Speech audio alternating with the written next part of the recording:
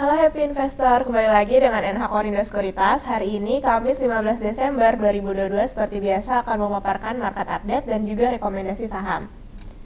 Kita lihat dulu untuk global, periode hawkish lebih lama di tahun 2023, hasil FOMC Rate Decision memproyeksikan FFR tahun depan berakhir di level 5,1%, lebih tinggi 50 BPS dari proyeksi sebelumnya September lalu, yang menyatakan bahwa FFR di tahun 2023 akan berakhir di level 4,6%. Komitmen The Fed menekan turun inflasi ke level 2% year on year pasca data inflasi CPI dan PPI November telah mengalami pendinginan. Di sisi lain, sentimen positif kenaikan FFR di bulan Desember itu hanya sebesar 50 basis poin kenaikannya, dimanfaatkan pelaku pasar untuk melakukan sejumlah aksi profit taking. Bursa Wall Street kompak melemah, di mana Dow ini turun 100 poin. Kemudian, kenaikan harga CPO di bulan November itu 10% secara MOM menopang ekspor pada neraca dagang Indonesia.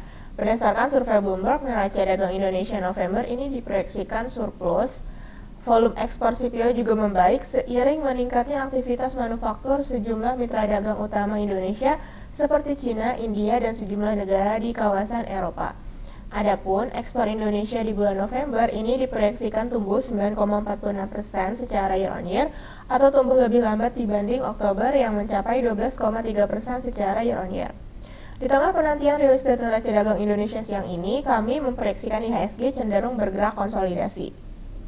Kemudian untuk most active stocks itu kemarin ada BBCA, BBRI, Goto, BMRI, Adaro, ASI, Telkom, BSBK, BBNI, dan CASA. Untuk top foreign buy ada Adaro, ITMG, YNKP, Buka, dan BEPS. Kemudian untuk top foreign sell ada BBCA, Goto, BBRI, BMRI, dan BBNI. Kemudian kita lanjut untuk company news. Yang pertama ini ada dari PT Astra International Tbk atau ASII yang mengalami penurunan penjualan mobil di bulan November, yaitu dari 54.826 unit menjadi 50.795 unit. Namun secara tahunan perseroan membukukan kenaikan penjualan mobil 18,5%. Secara rinci, penjualan mobil paling laris adalah merek Toyota dan Lexus yang mencapai 26.513 unit. Kemudian yang kedua ini ada dari PT Temas Tbk atau kode emitennya TMAS yang akan membagikan dividen interim untuk tahun buku 2022 sebesar 52,28 per saham. Nah, kemudian mengacu komposisi pemegang saham, maka PT Temas Lestari ini akan menerima 80,8% dari total dividen tunai dan sisanya sebesar 19,06% ini akan diperebutkan investor publik. Adapun tanggal kumnya yaitu 21 Desember dan ex dividennya yaitu 22 Desember 2022.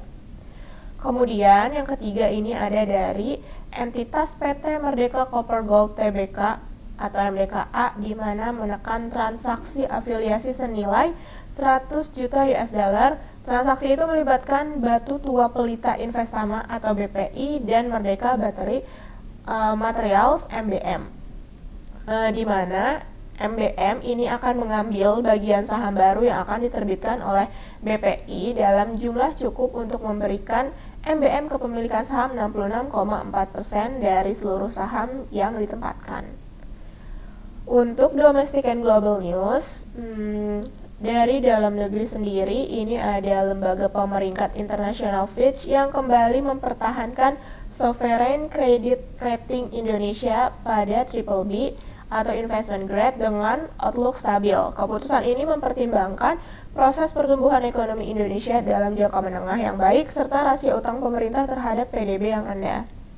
Kemudian untuk globalnya ada dari Amerika Serikat, di mana harga impor Amerika Serikat ini turun untuk bulan kelima berturut-turut pada November. Penurunan ini disebabkan turunnya biaya untuk produk minyak bumi dan juga strong dollar. Harga impor turun 0,6% bulan lalu setelah turun 0,4% pada Oktober. Kini harga alami penurunan selama 5 bulan berturut-turut terpanjang sejak 2015. Kemudian kita lanjut untuk corporate calendar hari ini ada RUPS dari emiten Unilever, Strak, SCPI, MMLP, dan BP. Sementara kum dividennya yaitu emiten Doit.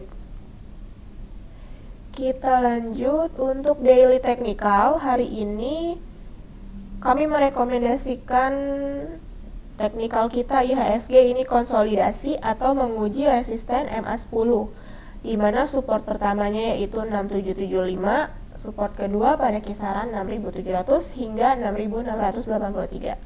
Adapun resisten pertama ini pada kisaran 6860 hingga 6900. Resisten kedua itu di 6960 hingga 7000, dan resisten ketiga ini di 7105 dan 7130. Adapun untuk perdagangan hari ini bisa buy on weakness atau averaging up.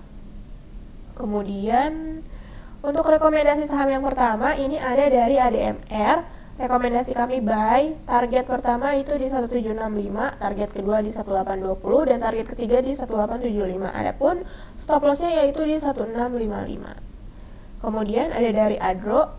Hari ini rekomendasi kami buy, target pertama di 4000, target kedua di 4200. Adapun stop loss di 3725. Kemudian ada dari PTPP. Rekomendasi kami hari ini spekulatif buy, di mana target pertama itu di 800, target kedua di 830, target ketiga pada kisaran 870 hingga 880. Kemudian target keempat di 890 hingga 900. Adapun stop lossnya yaitu di 720.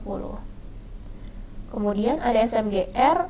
Rekomendasi kami hari ini spekulatif buy, target pertama pada kisaran 7400 hingga 7450, target keduanya di 7600 hingga 7800, dan target ketiga ini di 8000. Adapun stop lossnya yaitu di 6825. Kemudian ada dari INTP. Rekomendasi kami hari ini buy, di mana target pertama ini di 10.250, target kedua di 10.650.